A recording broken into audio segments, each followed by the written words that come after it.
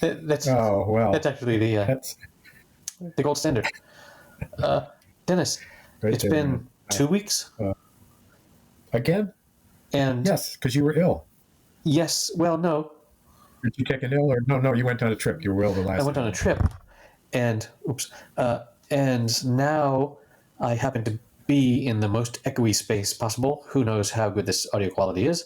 I am recording from what used to be my office, where I used to record these episodes, but is now going to be my son's room, and it has this desk that is like there are no legs. It's like attached to the wall, like just like floats from the wall, and the wardrobe behind me, and they just came to install the bed today, which I plan on using tonight because I'm tired of sleeping on the fucking floor in the other apartment. And tomorrow morning at 6 a.m., my wife and I are leaving to travel to the Mediterranean coast of Spain, to Alicante, to spend the weekend, where I am going to give a talk on Saturday evening. At the beach. Generally hang out with folks. Seashore. At the shore. We will see shore at the shore. It's the water is warmer than the water that we have here, but the beach is shittier because it's more coarse sand and just not as good. But the temperature is going to be more. How do you know it's coarse? Does it say inappropriate things? I mean, it's sort of like you're par for the course. Par's not bad. I'll take a par. Yeah, well, there you are. That's about par for the course. Well, that's what's going to happen. That's a good thing. So it's super late, and I'm going to get so little sleep tonight in order for that, because God, it feels like every time we do one of these, I'm like, I have to get up super early tomorrow to go do another thing. And afterwards, when are the workers coming? When's the bed going up?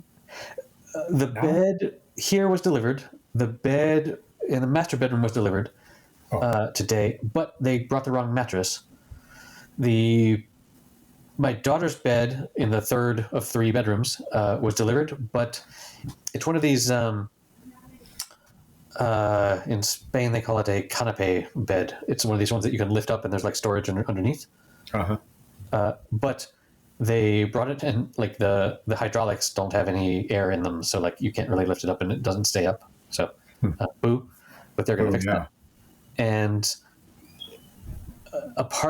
so the only missing thing really, there's a litany of missing things, but primarily the next missing thing is our sofas. Like, we have this amazing television that I sent you a photo of, that we don't have a place to sit in front of.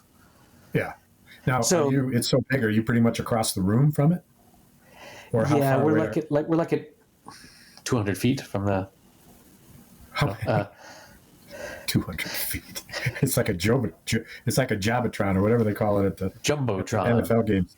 What is it? Yes. Jumbotron. No, it's okay. It's gonna be.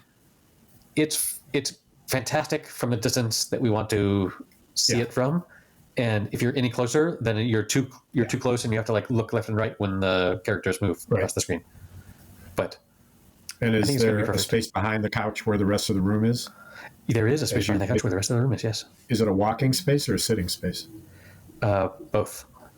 Oh, it's the dining room. Behind the couch is the dining room. Wide open, no doorway. Wide open, no doorway. Huh. And so it's a huge room. It is. Room. And we specifically we chose sofas that have this where the bit to support your head can like fold back down. So if you want to be, no, it's not a recliner. You're there on the sofa, and if you want your head supported, it can be up. But if you want it down, so you can turn around and like talk to people behind you can do that. I see. So that's so you can see the giant Megatron from the dining room too. True. However, we generally don't. Like, we're pretty good as a family about not having TV on. We had a Super Bowl party, for example. Super Bowl party. Right. They're in the dining room, gathering around the table, noshing. they can see the game from your Megatron, no problem, in the dining room. If we wanted to have the game on, yes. Get your game on. Is there some circumstance where you wouldn't want to watch the game on Super Bowl Sunday? I mean, generally when we're eating, we don't have the TV on. That's a party. This is a Super Bowl party. Oh, the Super Bowl party. For that, it's generally at 4 a.m. here. So we generally don't do that. Limited opportunities. Yeah, the Americans love to say, oh, there's people all over the world. This is the most important thing in the world. But like Europe is fucking fast asleep. They don't give a shit about the Super Bowl. Yeah. So, anywho. Well, so that's you're moving with it. I still don't know where you're sleeping tonight, though. I lost track of that. I thought you were sleeping in the room you were in somehow.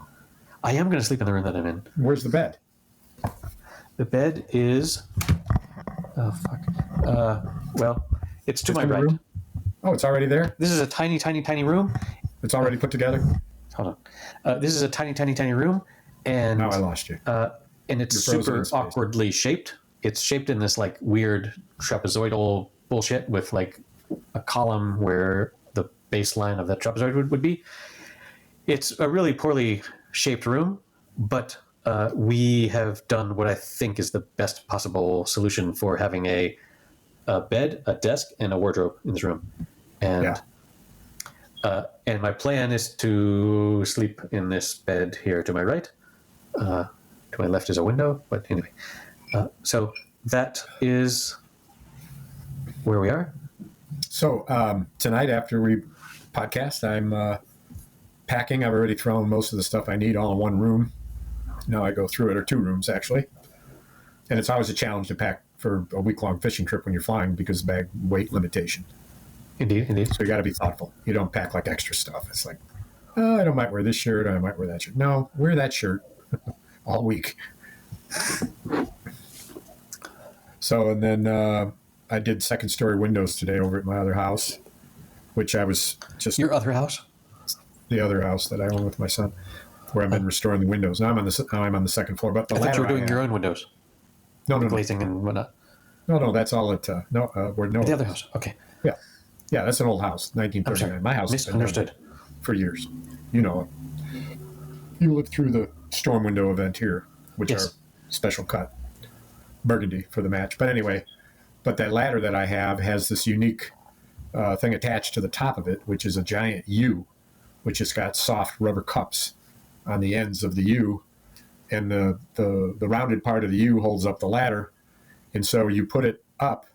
And instead of the ladder resting anywhere, this U is resting, and it's about 6 inches on either side of the window.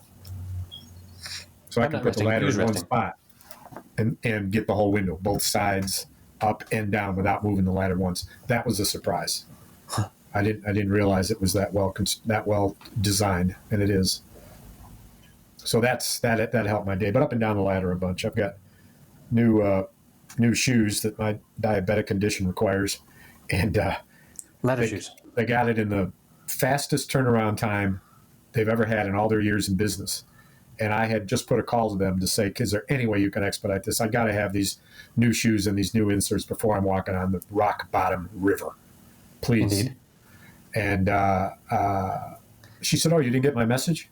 I said, no. She said, oh, they're here. They got here yesterday. It's the shortest delivery time we've ever had. Usually a week and a half. It took 2 days. So I put those suckers on. I'm up and down the ladder. My foot hurts. But it hurts less than it did, without the shoes. But guess what the shoes and 3 pairs of inserts cost? So when you're up and down the ladder with your shoes, do you pray to the Latter-day Saints? Sooner or later I do. It all depends how dangerous it is. I mean, it's either the former, right? Well, I am a former. Well, you're a reformer. So, this, that. That's what happens. Tell me what your shoes cost. No. Hold on. You guessed. 1 pair of shoes, 3 inserts. $150. Nope. Am I high or am I low? More. Am I high? More. $420. Oh, God. $441. $441 per pair of shoes and 3 inserts. They did a digital picture of my foot, and through a computer or of one kind or another machinery, they use that to create these inserts for my shoes, which are within 0.0005 of my actual foot, the way that they're contoured and designed. The digital image of Dennis's foot will not be in the show notes. Feet. Because... Oh, well, you want me to ask for him? Well, you could just Google it. Speaking of new technology and medical breakthroughs, we exchanged an article that was one of the most interestingly written articles. I feel taller having read it, yes. And it's about people, men primarily, I guess, who have their femurs broken and screws inserted, which using a electronic device, every so often they press on it and the screws lengthen until they increase their stature by increasing the length of their femur by 4 to 6 inches, I believe, if I recall. Was it 6? Maybe not 6, maybe 4. I skimmed that article, and I did not get that it was you press a button and every so often you're a little bit taller. But that's how, while you're healing, you're lengthening the healing process by constantly. It's sort of like the African nation that puts the rings around their neck. Yeah, exactly. But it feels like. So when I was reading that, I did not notice the part where they were like, "Oh, and we take the extra skin from your back or whatever." So it's just a matter of slowly making your femur longer. Right. And the one thing that it does skin grows to your calf muscles. It stretches your calf muscles to the breaking point. It's one of the reasons it's so painful. And eventually they loosen, but they don't actually lengthen. And one guy, the guy who they interviewed, he said, given all this pain and this 9 months of excruciating pain and everything that's going on, and you were 5'6" or 5'8", you weren't short, you were 5'8", you weren't 5'3", you weren't 5'2". Why? What went into this? And he said, I just always noticed that taller people seem to get all the breaks. And I thought, that's what somebody who was kind of feeling depressed would say no matter what their condition was. Right. If they were fat, they'd say skinny people have all the breaks. If they were skinny, they'd say heavier. It's like, that's your reason and nobody could talk you out of it? Because that's not true. That's not true that taller people get the breaks. I don't know that there's some, if you're 5'2" or 5'3", I wouldn't be surprised at all if research shows that, yes, you are stereotyped and looked down on. No fucking pun intended. Well, hold on. You're not looked down on. You're overlooked. Right. No pun intended again. So, but like, it is true that if you look at the height of CEOs or presidents or like actors, if you're fucking Tom Cruise, but so you're saying, relatively speaking, that we have presidents who are 6 foot or taller in recent history? Not relatively speaking, like factually speaking, yes. But like that is like a true known thing. We also have more presidents that are left-handed than should be natural. But like that's not a reason to like. So this is something that most people should avoid, being tall. It increases their chances of being president of the United States, which, as we know, is the shittiest job in the world. Yes. So second shittiest job. Vice president is the shittiest job. all the name recognition and none of the power. Yes. Well, no job, no role unless you eke it out. I mean, the famous quote: "It's a job that's not worth a bucket of spit." That's back in the 1800s. Was it Buchanan? That's what podcasting was. Now, let's think about that image: a bucket of spit. Well, back in the day, there were buckets of spit because there were spittoons. Right. I miss that about our society, don't you? Chewing tobacco and spittoons. And I mean, if it made that noise, yes, for sure. But the idea that we would be surrounded by buckets of spit is, I don't know. If I had to vote yay or nay on that, I think I might vote nay. Well, I think you should. Call me a future liberal, You should think it through. What if suddenly you're really thirsty and you look around and there's no spittoons that you could chug? Yeah, that happens a couple times a week, really. Yeah. I'm like, gosh, I'm so thirsty. If only there was a collection of everyone's spit that I could slurp up. Aren't you glad we talked? And here you were rushing willy-nilly as if you had it figured out. It's, when you get to my age, you're kind of like a sage, well, or a sagebrush. You're more like, I don't know, rolling a tumbleweed. Rosemary in Time. Just go where the winds blow. Oh, it's a tumbling tumbleweed. Yes, you are. Oh, it's a tumbling tumbleweed. We should look up the lyrics and sing it together. That would be fun.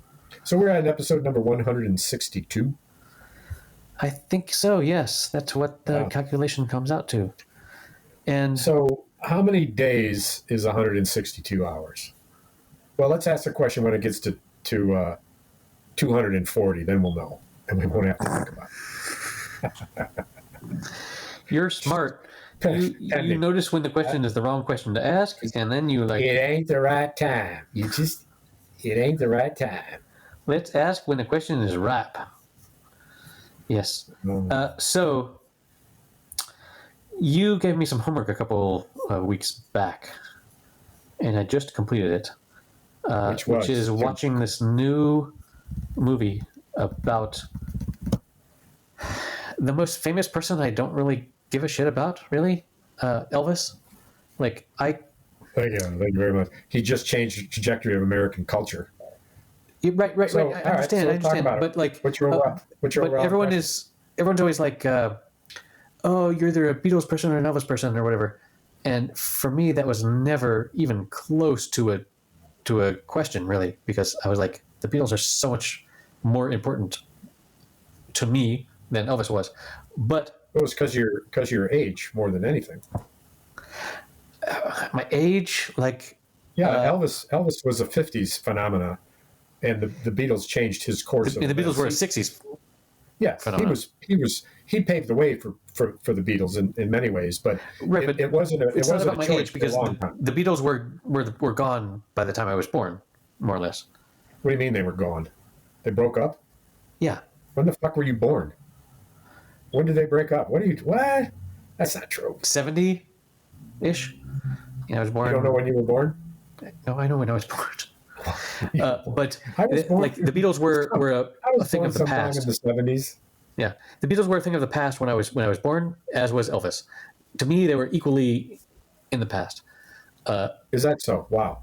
Yeah, wow. I think so. I had no idea. I had no idea. I thought that your age group, so to speak, was part of at least the part of the Beatles. No. Like, John Lennon died when I was 3. Oh, my word. Is that enough? So it's easy for me to forget that you're 30 years. Are you 30 years younger than me? I guess you are. Yeah. So, I'm just saying. The Beatles were of a bygone era. You missed it, as was Elvis. And for sure, this is entirely due to my parents, who are listeners. Hi, Mom and Dad. That they never put on Elvis music, but they definitely put on the Beatles music. So that was a thing. But the same with me, because I was after the Elvis era. When I was growing up, Elvis was in his Las Vegas stage, and I was there for his comeback. Right. I remember the comeback. I don't. I say that, and then I don't know if I think I remember it, or I've seen it so many times that it's like I was there. I don't know, but I remember how, and the tape shows this, how uncomfortable he was, because they had dressed him up in all this leather, and he was nervous as he could be. Right. And and as the show showed, they had the colonel had other ideas as to how it would go, which I have no doubt is true. So my initial thought about the Elvis movie was, wow, what a fun movie. And in the same way, so I am more of a Queen fan than I am an Elvis fan for sure, or an Elton John fan. But so like when I watched the Bohemian Rhapsody movie, like this is like the 4th or 5th in a series of this kind of thing of reproducing what happened in those times. But this wasn't like that. Well, okay, like the Elton John movie was about recreating what his trajectory was like, and I think the which I Freddie think Mercury was one was on too. an accuracy scale was high, but it wasn't produced as a comic book caricature of what actually happened.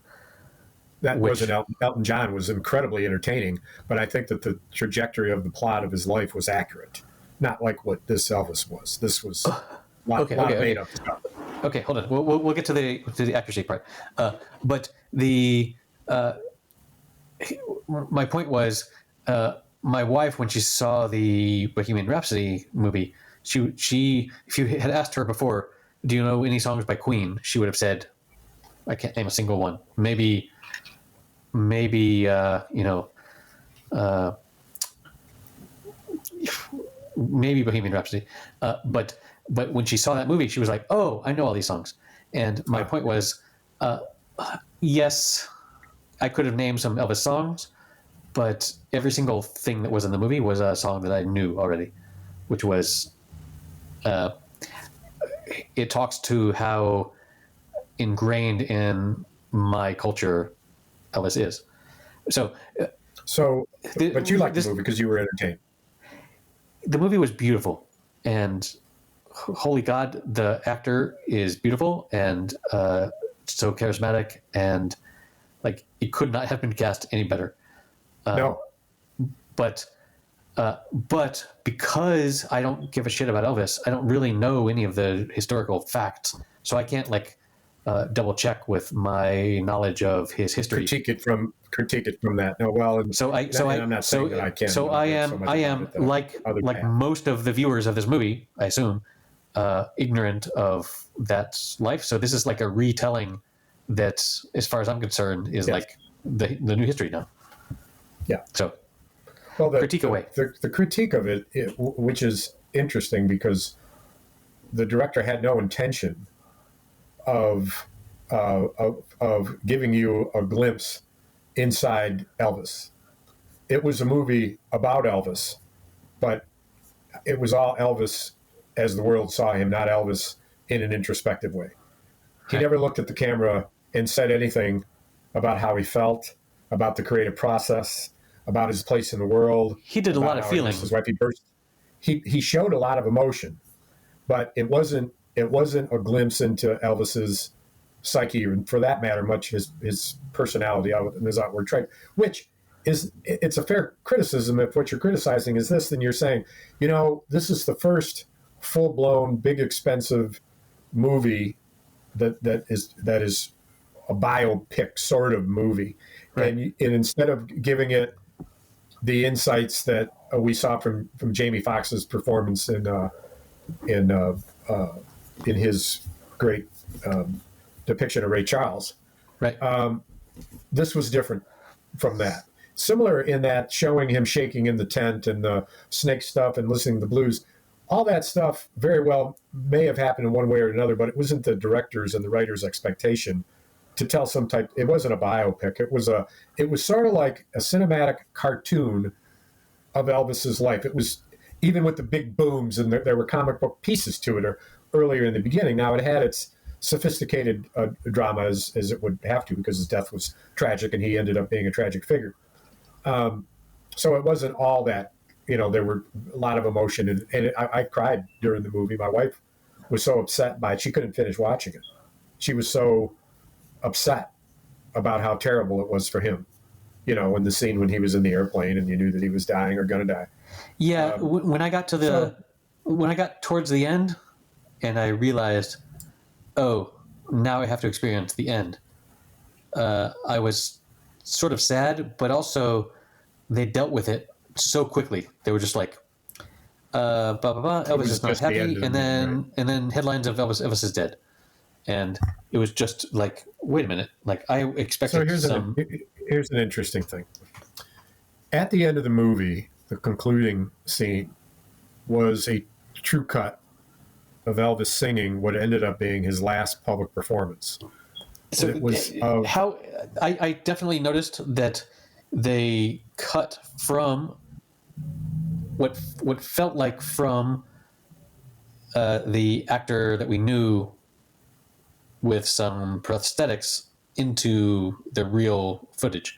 but maybe they didn't at all. Maybe it was just entirely the real so footage. actually, you're saying something I never understood and never had any expectation or thought that what I was seeing on the screen was other than a reel of Elvis. And this was what I was going to say to you, and you already responded in an interesting way, because I was going to say, I read this article that was an interview with the actor who played Elvis. What's his name? Austin Butler. Austin Butler. Yes, Almond Boutique. I combined them into an alien word. Yes. And he said that the most difficult part of the role physically was when he was in the prosthetics, and he was so packed with prosthetics that he couldn't breathe, and he had to sing.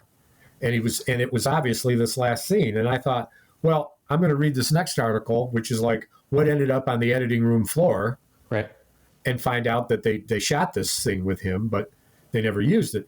The reason that I thought that was because there was an interview with the director, who also, importantly, was the director for Baton Rouge, or Moulin Rouge, right? Which will tell you the his whole style. Right. This was a style, this crazy manic, cartoonish stuff. But Moulin Rouge, he was dealing with with the city, and he was dealing with an entire cast of characters where he was talking about one person. So it didn't work as well as Moulin Rouge, all this craziness. But he says that it was very controversial that he used the footage because it showed Elvis at his absolute worst. And he said, I disagree with that. When Elvis realizes that he's doing well and singing great and looks at the audience and smiles, it's the best part of Elvis in the whole movie. And I wondered about these 3 points of interest, and you're saying that you had the impression that it was both, which would explain everything that I've heard, wouldn't it? I mean, I definitely felt, because the narrator, who I guess was the Colonel, said Yes. This was his last performance, and it's like in all of these movies where they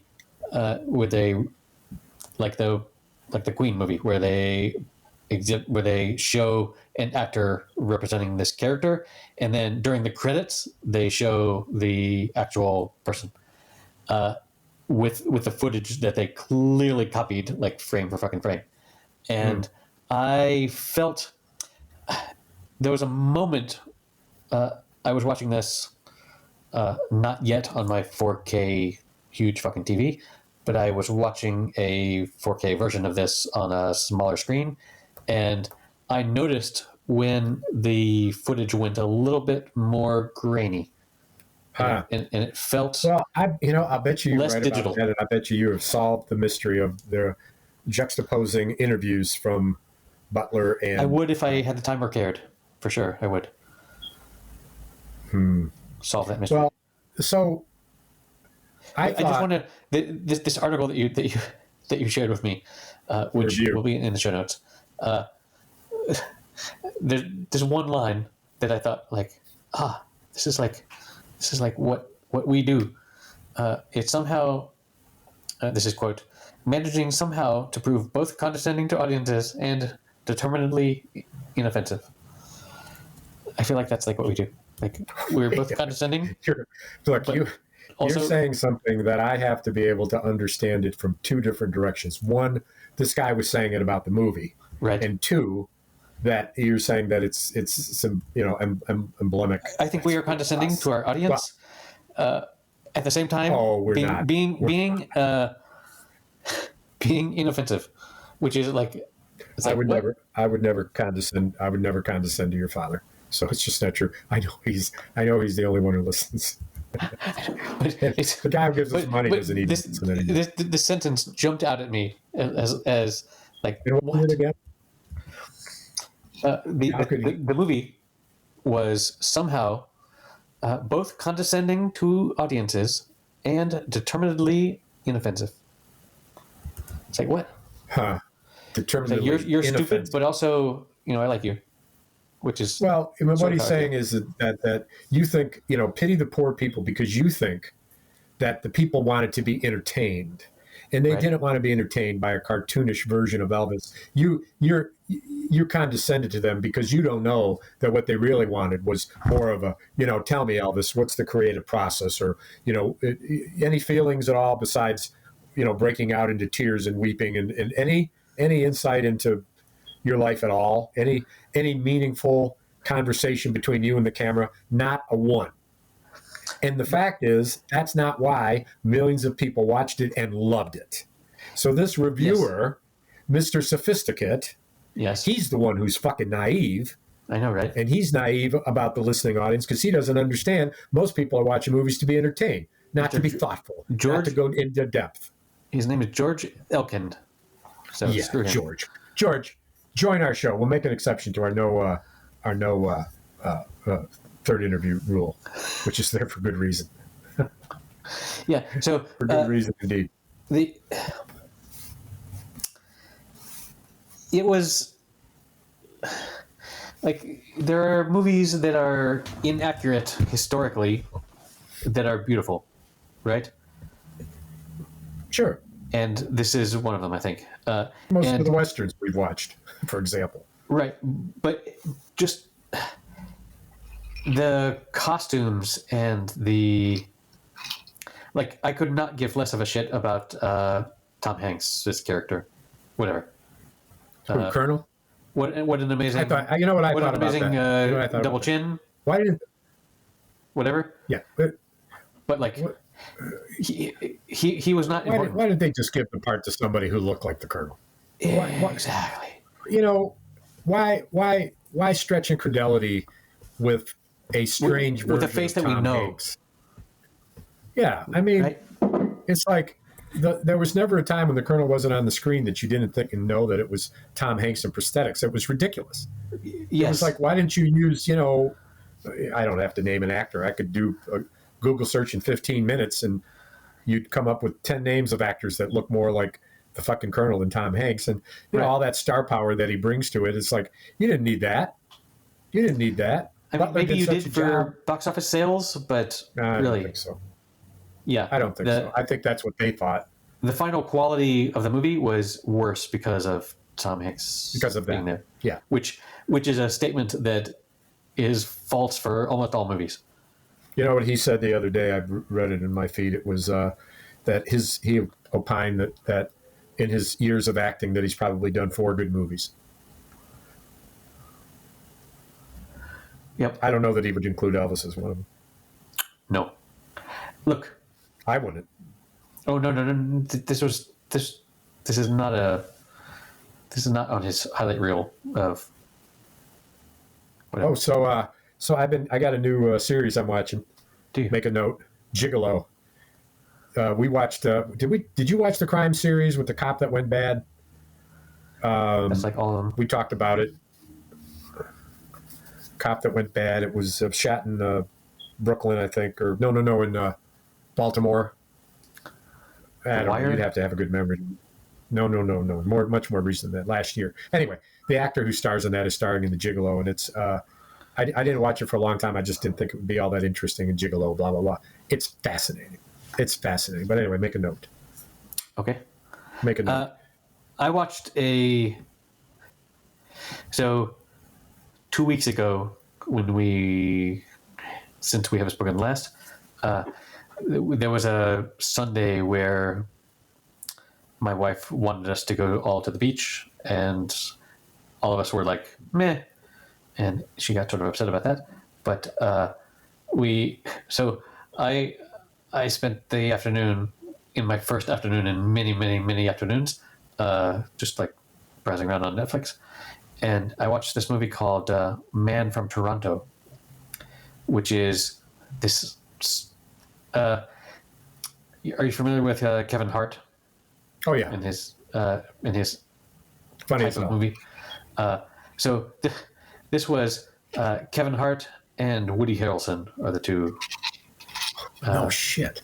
Actors, and there's never been anything I've seen Woody in that I don't like. Right, exactly. That I can. So it's the idea is it's sort of one of these movies where someone that is a doofus gets into a role where everyone thinks they're a spy, like there's so many. That's such a common movie trope. Yeah.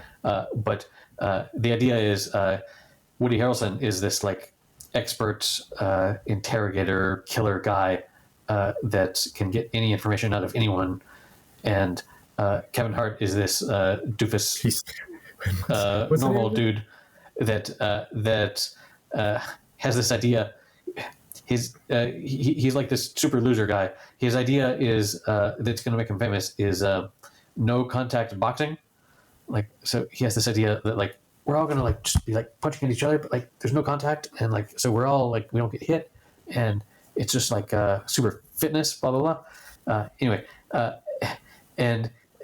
so he gets into this situation where he's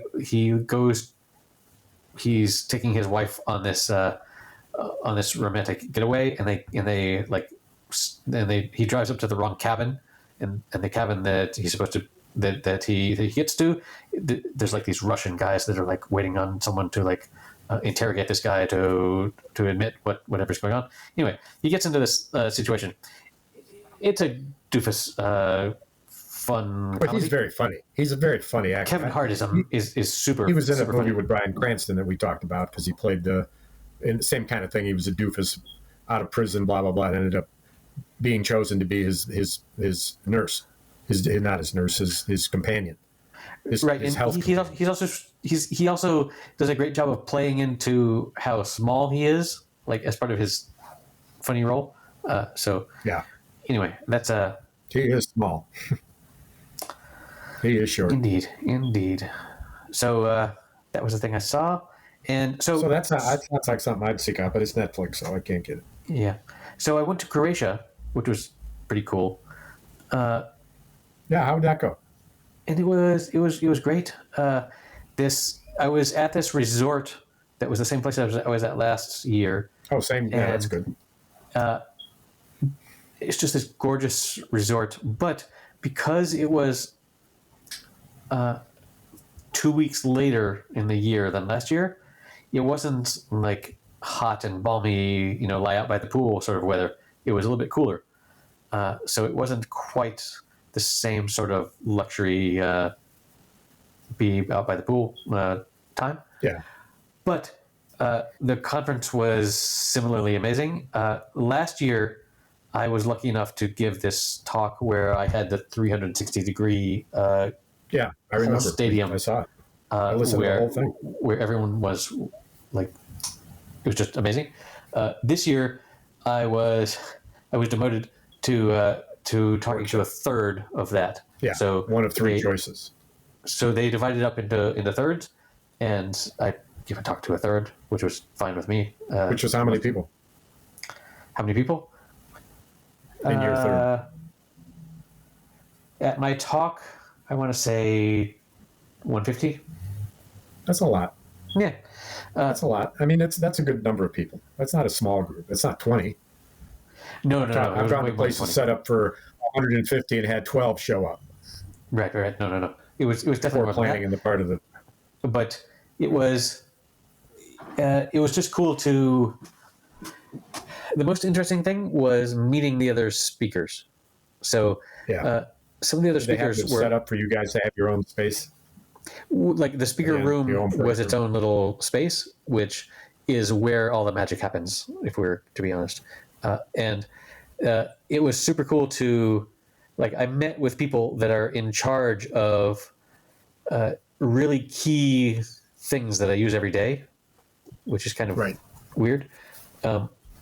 And I met this one guy. So, Dennis, do you know what HTML is? HTML? Yeah. Do you know what CSS is? Don't ask me to describe it, but I know that when I turn on my TV, that's what I'm looking at. Okay. You're already wrong. So yes. So absolutely. Go on. Of course I do. So the birth of what we call the WWW, the World Wide Web, started in the basement of CERN, the place where they do the Large Hadron Collider, and where they've been investigating physics for a long time in Switzerland. And what we know as web pages, where the whole breakthrough there was this is a thing. This is a text document you can view on your screen, and you can click on a link and see another text document. Like that was the breakthrough in the early 90s, late 80s. And so this happened at CERN, the Center for something, whatever. And the man that created what we know as the web is named Tim Berners-Lee. I thought it was Al Gore. Nope. He was also not wrong when he claimed that, because he was claiming to have supported the expansion of the internet in the States. But the creator of what we call www is Tim Berners-Lee, and he made this in this little basement in this in this big physics center in CERN. And the person that figured out how to make the web pages not look horrible created this thing called CSS, the cascading style sheets, which is what makes all web pages look okay.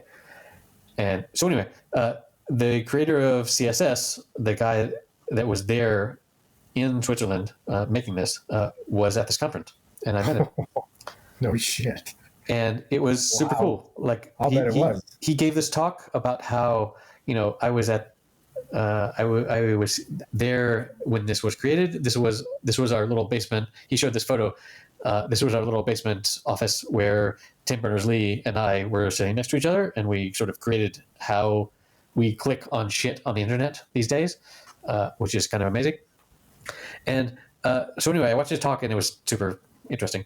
So you saw him in the break room, in the speaker's room, and I was worried that he was going to be one of these people that is like so fucking famous that in and out. Right. He shows up for the talk and then is like off on his jet or whatever.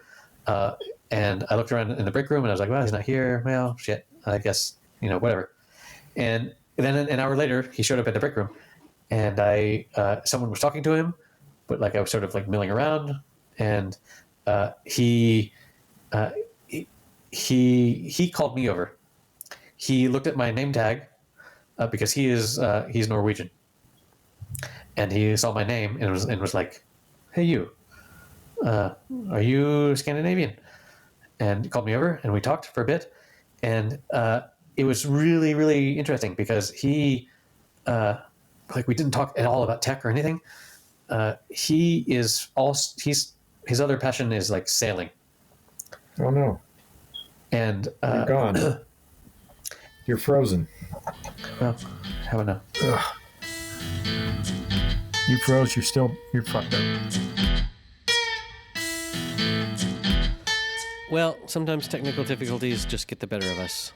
You can find the show notes at happyhour.fm/162. And again, apologies for that abrupt cutoff. I was recording in a different space, etc. You can support the show at patreon.com/happyhour. And we are not going to be around next week, but hopefully the week after that. So see you in 2 weeks.